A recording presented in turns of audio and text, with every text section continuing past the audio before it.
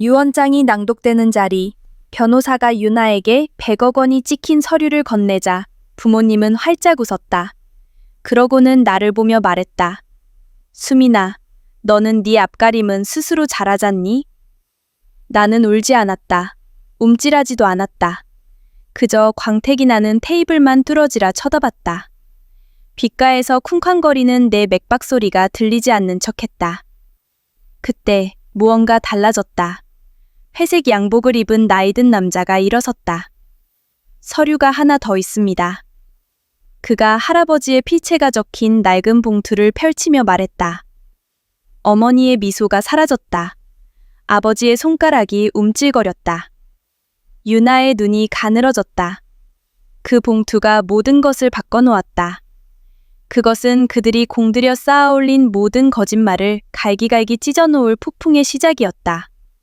그리고 그 폭풍은 내가 1년 넘게 가보지 못했던 곳에서 시작되었다.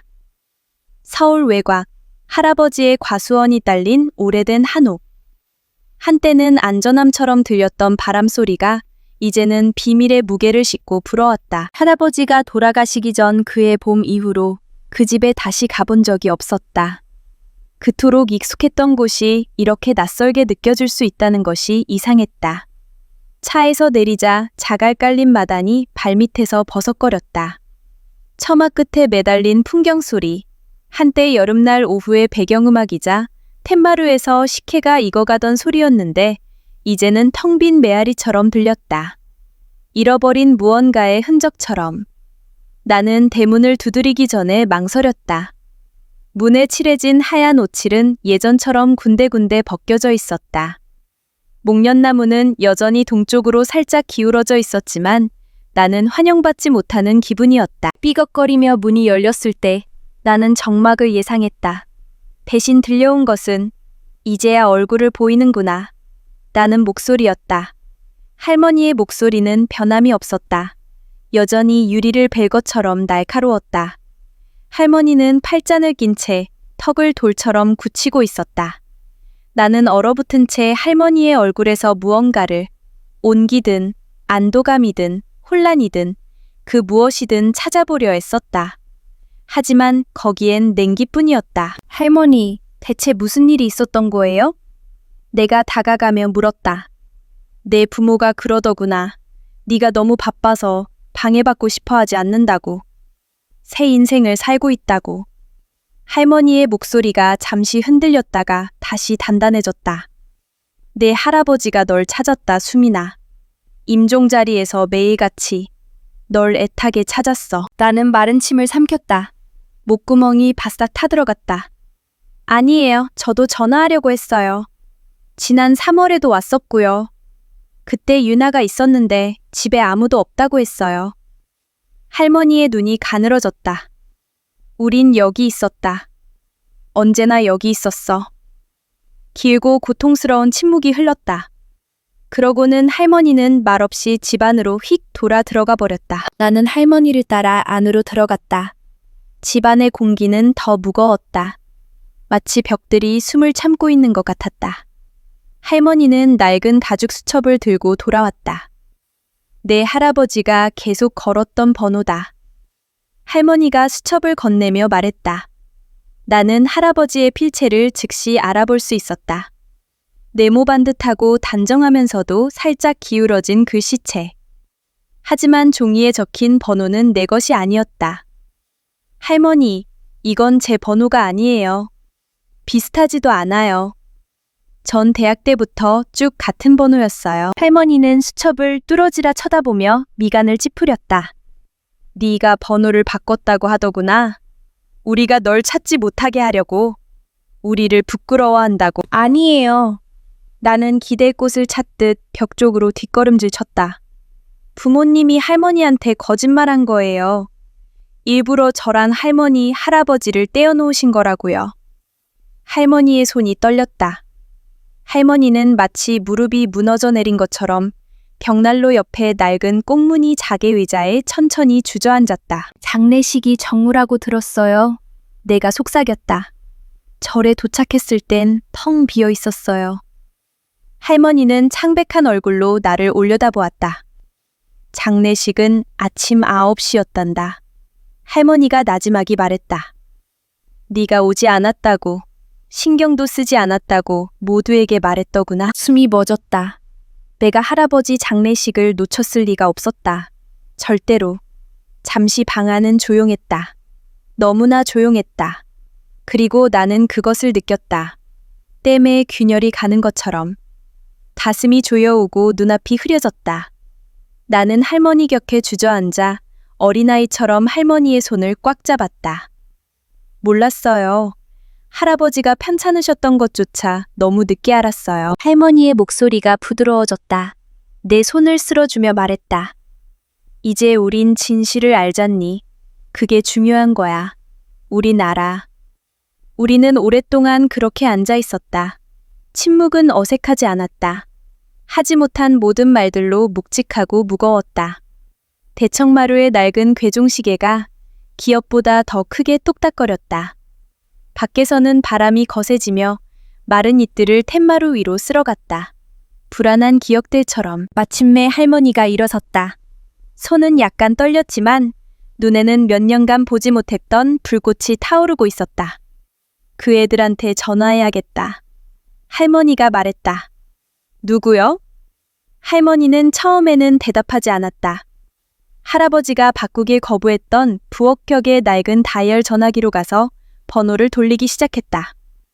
다이얼이 돌아가는 딸깍 소리 하나하나가 너무나 오랫동안 쓰지 못했던 문장에 마침표를 찍는 것처럼 신중하고 묵직하게 느껴졌다.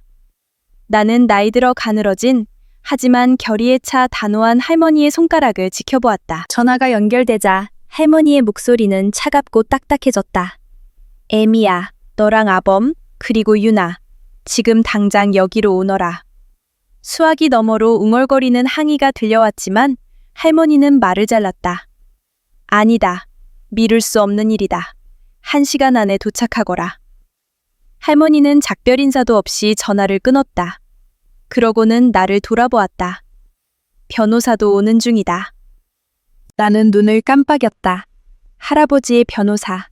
할머니는 고개를 끄덕였다. 내 할아버지가 몇 가지를 남기셨다.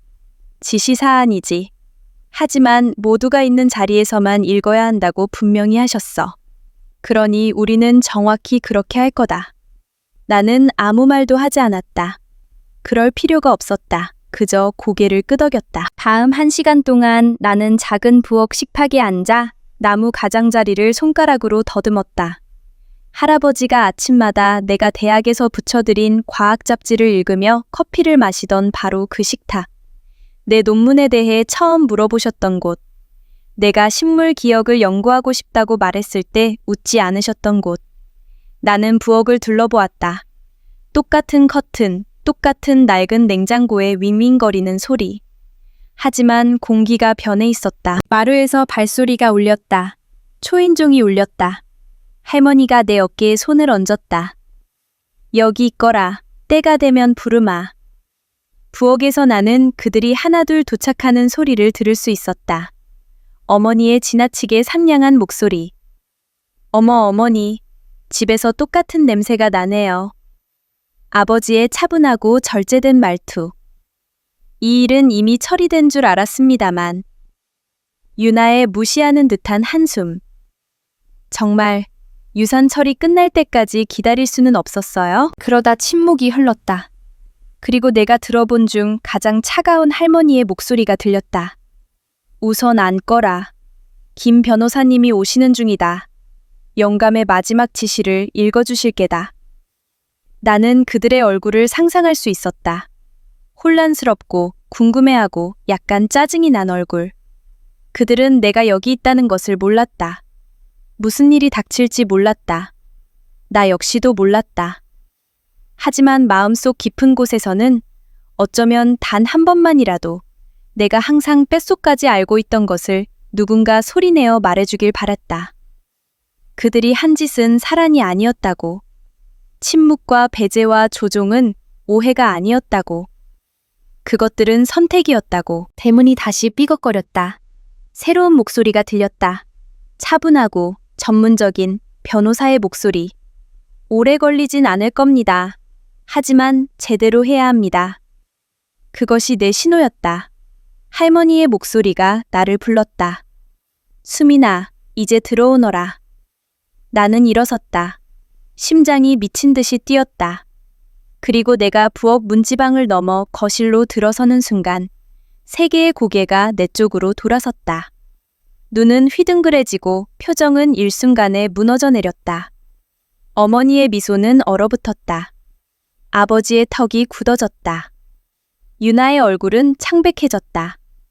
공기가 정전기처럼 탁 하고 끊어졌다. 그들은 나를 보고 놀란 것이 아니었다.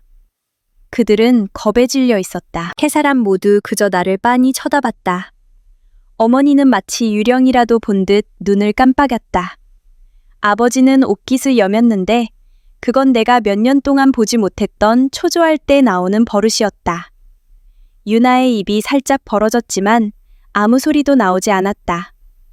마치 공연 중간에 누군가 대본을 확 낚아채 각이라도 한 사람 같았다. 나는 등을 꼿꼿이 폈다.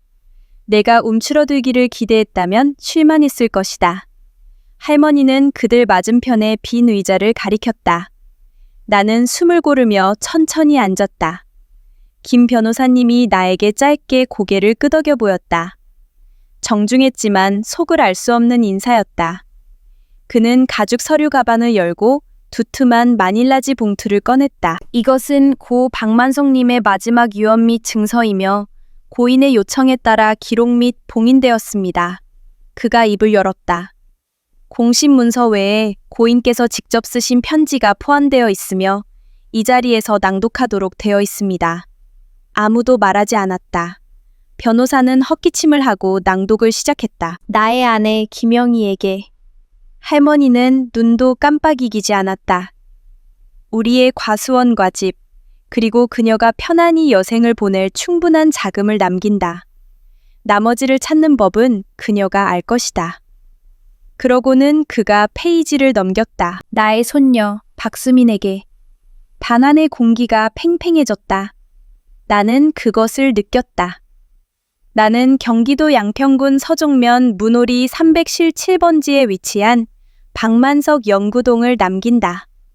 여기에는 모든 실험 장비, 연구 지원 계좌, 현재 만석 이노베이션 이름으로 출원된 유효한 연구 특허 및 지적 재산권이 포함된다. 숨막히는 소리, 내 것이 아니었다.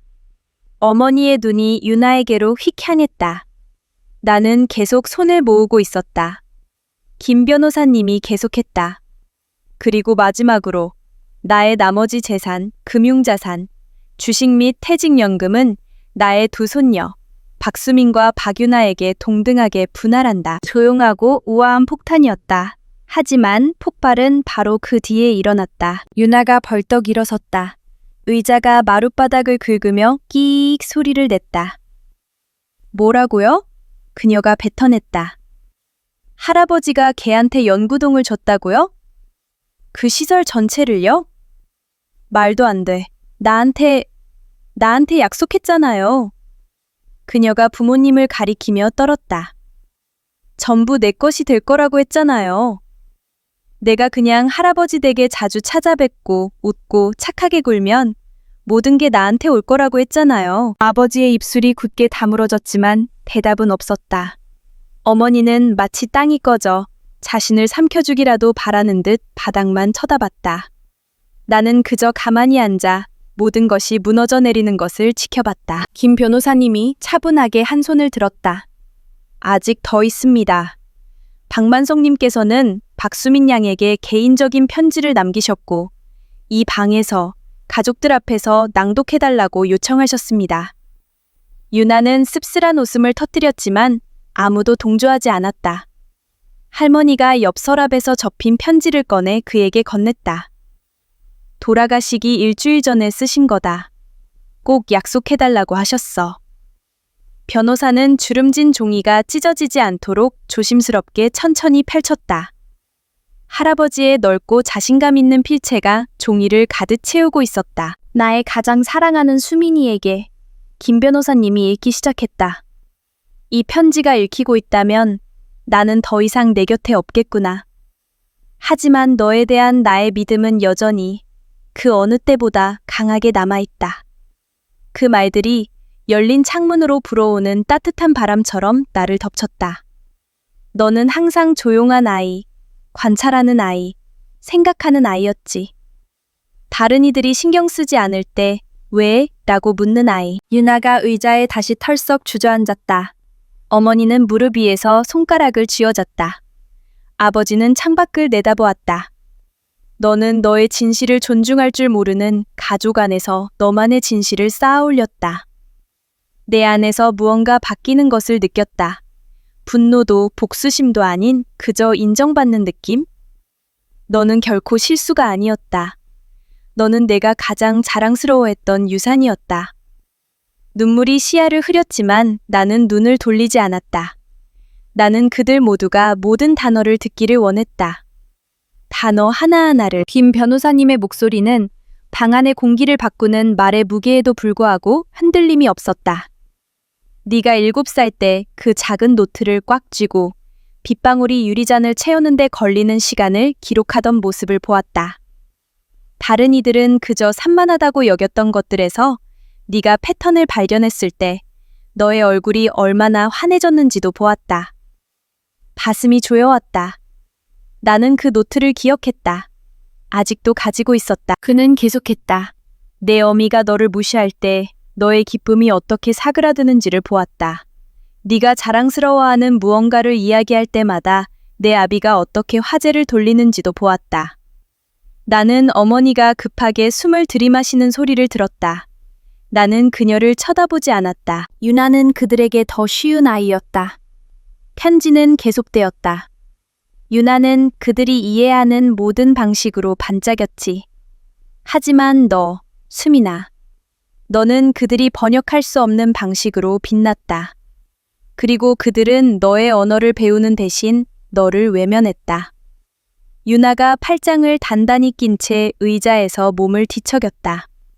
유나를 전적으로 탓하지는 않는다. 그 애는 그들이 건네준 역할을 했을 뿐이다. 하지만 너는 너 자신의 역할을 직접 썼지. 그리고 얘야, 그건 용기가 필요한 일이란다. 눈물 한 방울이 뺨을 타고 흘러내렸다. 나는 닦지 않았다. 네가 처음으로 수학경시 대회에서 상을 타고 와서 그 트로피를 숨겨달라고 했던 날을 기억한다. 어쩌면 이걸 안 보여주면 엄마 아빠가 나를 다른 집 애처럼 쳐다보는 걸 멈출지도 몰라요 라고 했지. 방 건너 어딘가에서 낮고 고통스러운 한숨소리가 새어나왔다. 아마도 아버지였을 것이다. 너는 축하받을 자격이 있었다, 수민아. 투명인간 취급이 아니라. 내가 그 상처를 되돌릴 수는 없지만 온전히 너의 것인 무언가를 줄 수는 있다. 사과할 필요 없이, 그들의 그림자 없이 자유롭게 너의 것을 세울 수 있는 장소를. 김 변호사님은 잠시 멈추고 편지를 천천히 접었다. 뒤따른 침묵은 텅 비어 있지 않았다. 그것은 기억과 분노, 그리고 새로운 무언가로 가득 차 있었다. 명료함. 나는 목을 가다듬었다. 그 경시대회 기억나요? 내가 긴장을 깨며 조용히 말했다. 엄마는 안 오셨죠? 유나 무용발표회에 가셨으니까요. 유나가 움찔했다. 저는 집에 돌아와서 그 트로피를 무슨 죄라도 되는 것처럼 들고 있었어요. 아버지가 마침내 입을 열었다. 수민아, 과거를 들추어낼 때가 아니다. 아니요. 내 목소리가 날카로워졌다. 바로 지금이 유일한 때예요. 왜냐하면 제가 두 분께 들었던 말은 언제나 왜 넌 네 언니처럼 좀 뵐 수가 없니? 라는 말뿐이었으니까요. 나는 유나를 향해 돌아섰다. 그리고 너한테서는 내가 무언가에 대해 자랑스러워하려고 할 때마다 넌 그걸 위협으로 만들었지. 그녀가 코웃음을 쳤다. 아, 제발. 넌 항상 스스로를 피해자로 만들었잖아. 난 내가 가진 걸 위해 노력했다고. 나는 고개를 끄덕였다. 내 말은 편할 때 할아버지를 찾아뵀다는 뜻이겠지? 시키는 대로 웃고 보상이 따를 거라고 생각해서 옳은 말을 했고. 유나의 표정이 굳어졌다. 그래서 뭐? 넌 그렇게 순수하다는 거야? 넌 몇 년 동안 사라졌잖아. 아니, 내가 딱 잘라 말했다. 나는 단절됐어. 넌 할머니한테 내가 뵙기 싫어한다고 말했지? 넌 할아버지한테 가짜 번호를 주고 내게 할아버지 메시지가 절대 닿지 않도록 했어. 그건 거리가 아니야. 그건 지우는 거지. 어머니가 벌떡 일어섰다. 그만해라, 수민아. 넌 모든 걸 왜곡하고 있어. 우리 가족은 많은 일을 겪었단다. 이 가족은 할머니가 날카롭게 끼어들었다. 거짓 속에서 살아왔다. 그리고 내가 너무 오랫동안 그걸 방치했지. 어머니가 할머니를 보며 망연자실했다. 어머니, 그러지 마세요. 할머니가 말했다. 나는 너희 모두가 수민이의 고통에 눈 감는 것을 지켜봤다. 나는 수민이가 신경 쓰지 않는다는 너희 말을 믿었어. 내가 더 잘 알았어야 했는데. 아버지가 불편하게 자리를 고쳐 앉았다. 보세요. 수민이는 교육도 받았고 과학 캠프도 갔고 여행도 다녔습니다. 공짜가 아니었어요. 아니요? 내가 말했다. 공짜가 아니었죠. 하지만 그 돈은 아빠가 낸 게 아니잖아요. 할아버지가 내주셨어요. 단 한 푼까지도. 저를 위해 찾아주신 장학금, 비행기표, 학술지 구독료까지. 아빠는 제가 어디 갔는지조차 절반은 모르셨잖아요. 내 목소리가 갈라졌다. 아빠는 저를 짐처럼 느끼게 만들었어요. 할아버지는 제가 소중하다고 느끼게 해주셨고요. 유나가 일어섰다. 이건 말도 안 돼. 난 내가 모든 걸 받을 거라고 들었어. 내가 곁에 있었던 사람이야. 내가 착한 딸이었다고. 아니, 내가 차분하게 말했다. 넌 연기자였고 선택받은 사람이었지. 나는 숨겨진 사람이었고. 하지만 할아버지는 날 잊지 않으셨어. 그리고 이제 넌 더 이상 날 지울 수 없어. 유나의 얼굴이 뒤틀렸다. 네가 왜 뭘 받아야 하는데? 그냥 연구복 입은 슬픈 꼬마 천재라서? 나는 아주 살짝 미소 지었다. 아니, 나는 할아버지의 사랑을 정직하게 얻었기 때문에 받는 거야. 그리고 그게 네가 결코 이해하지 못했던 단 한 가지야. 사랑은 연기가 아니거든. 그때 할머니가 일어섰다. 할머니는 느리지만 흔들림 없이 방 중앙으로 걸어갔다. 만석 영감이 너희에게 무언가를 남겼다는 사실이 후회스럽구나. 할머니가 유나를 똑바로 쳐다보며 말했다. 네가 그 역할을 했을지는 모르지만 그건 결코 사랑이 아니었다. 그건 거래였고 내가 그걸 더 일찍 꿰뚫어 보지 못한 것이 부끄럽다. 할머니는 그들 모두를 향해 돌아섰다. 나가거라. 너희는 여기서 환영받지 못한다. 어머니가 숨을 헐떡였다. 어머니, 나가. 할머니가 다시 말했다. 당장. 그들은 처음에는 움직이지 않았다. 그러다 유나가 가방을 움켜쥐고 뛰쳐나갔다. 구두굽이 마룻바닥을 때리는 소리가 청성처럼 울렸다. 부모님은 법적 대응 운운하며 중얼거리며 망연자실한 채 뒤따랐다. 그리고 내 인생 처음으로 그들은 아무것도 가져갈 수 없었다. 문이 뒤에서 딸깍 하고 닫혔다. 쾅 닫히는 소리가 아니라 그저 끝이라는 소리. 나는 잠시 그 자리에 뿌리 박힌 듯 서서 무슨 감정을 느껴야 할지 몰랐다. 방은 이제 조용했다. 긴장감도 폭발적인 분위기도 없이 그저 자유로웠다. 할머니가 나를 지나쳐 소파에 천천히 앉았다. 조금 전까지 떨리던 손이 이제는 무릎 위에 차분히 놓여 있었다. 그들은 돌아올 거예요. 내가 속삭이듯 말했다. 항상 그랬으니까요. 그럴지도 모르지. 할머니가 대답했다. 하지만 이번에는 우리가 들여보내주지 않아도 된단다. 그 말이 스며드는 데는 시간이 좀 걸렸다. 아주 오랫동안 나는 암묵적인 계약에 따라 움직였다.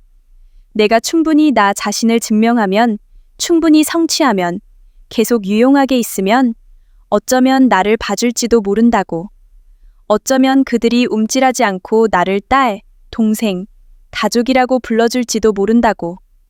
하지만 할아버지의 말씀이 여전히 공중에 맴도는 그 방에 서서 나는 고통스러울 정도로 단순한 사실을 깨달았다. 나는 줄 사랑조차 없었던 사람들에게 사랑을 얻으려고 애쓰고 있었다. 그리고 할아버지는 내가 깨닫기 훨씬 전부터 그걸 알고 계셨다. 바람 좀 쐬어야겠어요. 내가 말했다. 할머니는 고개를 끄덕였고 나는 뒤뜰 툇마루로 나갔다. 발밑에서 마루가 삐걱거렸다.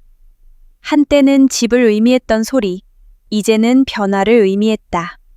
구석의 목련나무는 여전히 꽃을 피우고 있었다. 담장 너머에는 할아버지가 어릴 적 내게 첫 온실을 짓게 해주셨던 똑같은 붉은 흙밭이 펼쳐져 있었다. 2주 만에 무너졌지만 할아버지는 그것을 완벽한 재앙이라고 부르셨다. 그리고 우리는 몇 년 동안 그 일을 떠올리며 웃었다. 나는 10살, 무릎은 흡투성이에 눈은 반짝이던 그 소녀를 생각했다. 그리고 그녀가 얼마나 오랫동안 자신 것이 아닌 기대감 아래 묻혀 있었는지 궁금했다. 내가 다시 안으로 들어왔을 때 할머니는 주전자를 불 위에 올려놓으셨다. 이제는 움직임이 느려지셨지만 행동은 신중했다. 알고 있니? 할머니가 말했다. 만석 영감은 그 연구동을 5년 전부터 계획했단다. 편찮아지시기 전부터 말이야. 나는 놀라서 할머니를 쳐다봤다. 네가 너 자신이기 위해 허락받을 필요가 없는 공간을 가졌으면 좋겠다고 내게 말했었지. 나는 눈물이 나기도 전에 그것을 느꼈다. 조용하고 깨끗하고 흔들림 없는 그저 해방감. 그날 밤 나는 몇 년 만에 처음으로 내 옛방에서 잤다. 벽지는 바래고 매트리스는 너무 푹신했지만 천장에는 내가 9살 때 할아버지가 붙이는 걸 도와주셨던 야광 별들이 그대로 있었다. 나는 할아버지에게 과학적으로 정확한 별자리 모양으로 배열해달라고 졸랐었다. 할아버지는 의문을 제기하지도 않으셨다. 거기에 누워있으면서 나는 다른 무언가를 깨달았다. 이 집이 더 이상 유령이 나올 것처럼 느껴지지 않았다. 배 찾은 느낌이었다. 다음 날 아침 나는 우리 두 사람을 위해 커피를 내려 부엌 식탁으로 가져갔다. 부모님이 방문했을 때 내가 피하곤 했던 바로 그 식탁이었다. 할머니는 신문을 접고 피곤하지만 따뜻한 미소를 지어주셨다. 그래서 이제 어쩔 거니? 할머니가 물었다. 가서 봐야 할 것 같아요. 내가 말했다. 연구동이요. 연구실. 할머니는 고개를 끄덕였다. 내 할아버지가 좋아하실 게다. 나는 창밖을 내다보았다. 햇살이 목련 가지 사이로 부드럽게 부서져 내렸다. 아주 오랜만에 나는 달려가거나 증명하거나 설명해야 할 필요를 느끼지 않았다. 투명인간이 된 기분도 들지 않았다. 그리고 그것은 돈보다 그 어떤 유산보다도 내가 이 가족에게서 받은 첫 번째 진정한 선물이었다. 나를 믿어준 단 한 사람이 유산보다 더 위대한 것을 남겼다. 그는 내게 다시 시작할 수 있는 허락을 남겨주었다. 내가 연구동을 처음 봤을 때 그곳은 연구실처럼 보이지 않았다. 개조된 창고처럼 보였고 실제로도 그랬다. 문오리에 먼지 나는 길 끝자락에 자리 잡은 그 건물은 넓은 들보와 양철 지붕, 그리고 연구시설이 아니라 마구간에나 어울릴 법한 한 쌍의 이중문을 가지고 있었다. 하지만 안은 마법이었다. 공간은 완전히 개조되어 있었다.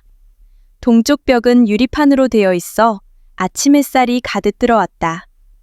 테이블 위에는 아직 손대지 않은 실험 장비들, 현미경, 원심 분리기, 데이터 태블릿, 그리고 아직 비닐에 쌓인 3D 프린터가 깔끔하게 정돈되어 있었다. 선반에는 내 이름이 적힌 개봉되지 않은 상자들이 쌓여 있었다. 방 중앙에는 작업대가 놓여 있었다.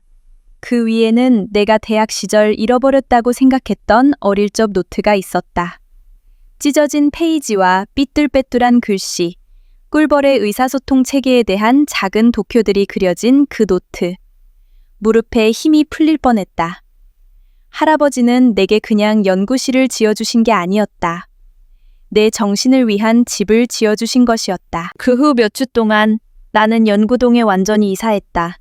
나는 과학이 여전히 인간적일 수 있다는 고집스러운 희망을 공유했던 대학원 동기인 다혜와 민준, 2명을 영입했다. 우리는 작게 시작했다. 소규모 관계 연구를 위한 지역 보조금, 그리고 지역 농업 협동조합과 파트너십을 맺어 지속 가능한 윤작법을 시험했다. 우리는 실수했고, 장비를 태워 먹었고, 거절된 연구 제안서와 망가진 데이터 모델 앞에서 울었다. 그럼에도 불구하고 우리는 매일 출근했다. 나는 나 자신을 설명할 필요가 없는 곳에 문을 열었다. 아이디어가 조롱당하지 않고 단지 시험받는 곳. 너무 열정적이거나 너무 조용하거나 너무 똑똑한 것이 사과해야 할 일이 아닌 곳. 어느 날 오후, 특히 혹독한 연구비 지원 거절을 겪은 후 나는 연구동에 홀로 남겨졌다.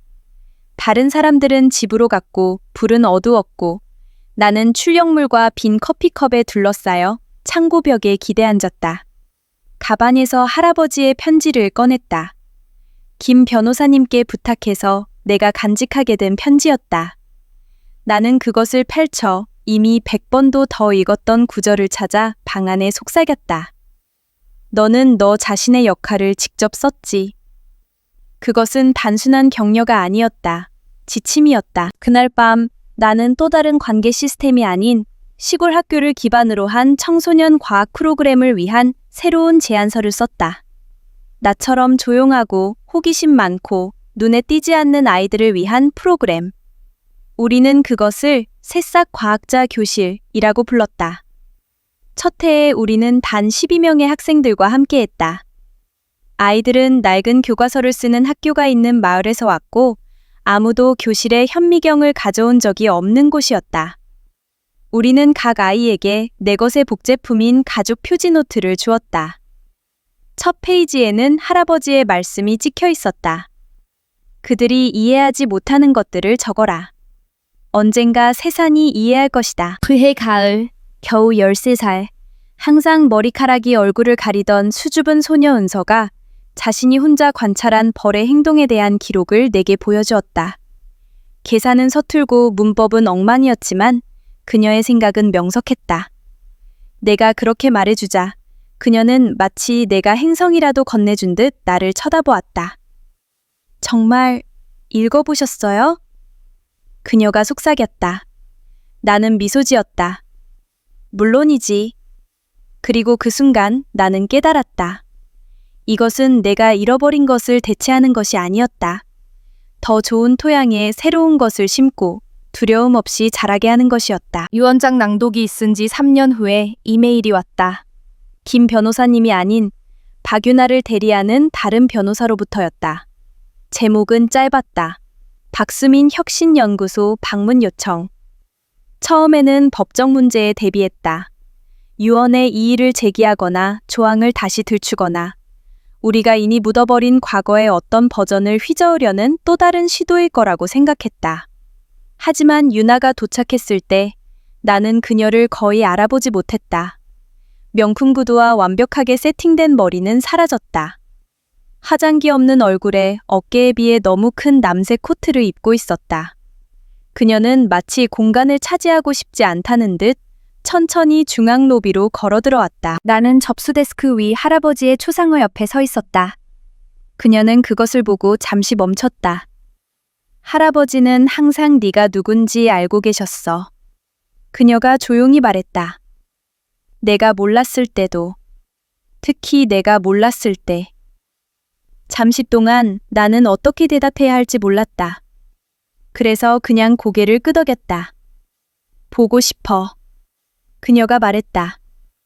연구실, 네가 하는 일. 네가 이걸로 이뤄낸 것들. 나는 거절할 수도 있었지만 그러지 않았다. 나는 그녀에게 연구소를 안내했다. 그녀는 내 옆에서 온실단지, 작물 개발실, 그리고 우리 새싹 과학자 교실에 사진이 걸린 학생 전시 벽을 지나 걸었다. 그녀는 말을 많이 하지 않았다. 그저 단순하고 솔직한 질문들을 했다. 이 모든 자금은 어떻게 마련해?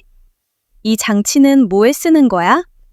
아이들도 자기들 연구 결과를 발표할 수 있어? 우리가 지역 주민들이 우리의 방법으로 식량을 재배하는 공동체 텃밭에 이르렀을 때 그녀는 걸음을 멈췄다. 아이들이 산추를 수확하고 있었고 한 모자는 퇴비더미 근처에서 웃고 있었다. 한 아버지는 우리 현장 키트로 토양 수분을 테스트하고 있었다. 유나가 나를 돌아보았다. 그녀의 목소리가 갈라졌다. 네가 나 용서할 거라고 기대하지 않아. 나는 조용히 있었다. 그냥 할아버지가 널 위해 지어주신 것과 네가 그걸로 지어낸 것을 보고 싶었을 뿐이야. 그녀는 울지 않았지만 손은 멈추지 않고 움직였다. 소매를 잡아당기고 난간에 보이지 않는 원을 그렸다. 나는 그녀가 원하는 만큼 머물게 했다. 설교도 보복도 없이 그저 진실만을. 우리는 자주 이야기하지 않지만 이제 1년에 2번 유나는 청소년 과학 캠프에서 자원봉사를 한다. 그녀는 학생들이 발표 기술을 익히는 것을 돕는다. 복잡한 데이터를 쉬운 말로 설명하는 법, 자신감 있게 서는 법을 가르친다. 아이들은 그녀를 좋아한다. 어떤 아이들은 심지어 유나 코치님이라고 부른다. 첫 여름 자원봉사가 끝날 무렵 그녀는 내게 폴더를 하나 건넸다. 내성적인 아이들을 위한 발표 가이드를 써봤어. 그녀가 거의 부끄러워하며 말했다. 도움이 될까 해서. 그날 밤 늦게 나는 그것을 열어보았다. 완벽하지는 않았지만 사려 깊고 부드럽고 진실했다. 그리고 내 인생 처음으로 나는 나를 두렵게 하지 않는 언니의 모습을 보았다. 그녀는 말로 직접 사과한 적은 없지만 행동으로 보여준다. 그것은 내가 기대했던 것 이상이다. 그리고 어쩌면 그것만으로도 충분할지 모른다. 우리는 다른 사람들이 말하는 의미의 자매는 아니다. 하지만 할아버지가 꿈꾸셨던 이 세상의 작은 한 구석에서 우리는 더 이상 연기하지 않는다. 그리고 어쩐지 그것이 진실한 무언가의 시작이다. 유언장 낭독이 있은 지 6년이 지났다. 아무도 박수 쳐주지 않은 연극의 끝처럼 부모님과 유나의 발소리가 텐마루 아래로 메아리치며 대문이 닫힌 지 6년. 그 이후로 부모님과 이야기한 적이 없다.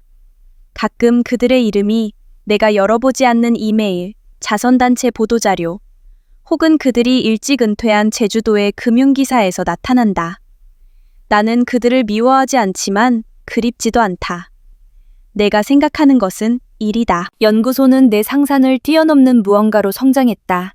개조된 창고 하나로 시작했던 것이 이제는 4개의 연구실, 3개의 온실, 그리고 20만 평방미터가 넘는 시험장을 갖춘 완전한 연구단지가 되었다. 우리는 전통작물이 실패하는 남부 지역의 수천 명을 먹여 살리는 가뭄저항성 종자를 개발했다. 우리는 케냐에서 브라질에 이르는 대학들과 파트너십을 맺어 재생농업에 대한 연구 결과를 공유했다. 그리고 바로 지난달, 나는 샌프란시스코의 한 무대에서 기후혁신에 대한 국가 보조금을 받았다. 조명이 밝았지만 나는 움찔하지 않았다. 나는 남색 정장을 입고 가슴 주머니 안쪽에 할아버지의 회중시계를 넣고 있었다. 작년에 할머니가 주신 것으로 희미해진 할아버지의 이니셜이 새겨져 있었다. 뚜껑 안쪽에는 10살짜리 내가 꿀벌 의사소통 전시물 옆에 자랑스럽게 서서 활짝 웃고 있는 작은 사진이 있었다. 할머니는 할아버지가 매일 그것을 가지고 다니셨다고 했다. 이제 그것은 내 연구소 책상 위, 아침 햇살이 비쳐 내 연구 노트 위에 작은 빛의 원들을 들이우는 바로 그 자리에 놓여 있다. 어떤 날에는 할아버지와 이야기한다. 말이 아니라 그저 고요함 속에서. 실험이 실패했을 때, 프로그램에 참여했던 아이가 장학금을 탔을 때, 내가 중요하지 않다고 믿을 뻔했던 순간을 기억할 때, 할아버지는 내가 사라지도록 내버려 두지 않으셨다. 정말로. 그리고 이제 나는 그 이유를 이해한다. 유산은 기념비가 아니다. 그것은 지도다. 세상이 누군가를 지우려고 할 때 따라갈 수 있도록 선택과 친절, 그리고 작은 닷들로 만들어진 지도. 요즘 할머니는 시내에 있는 내 집과 연결된 작은 별채에서 사신다.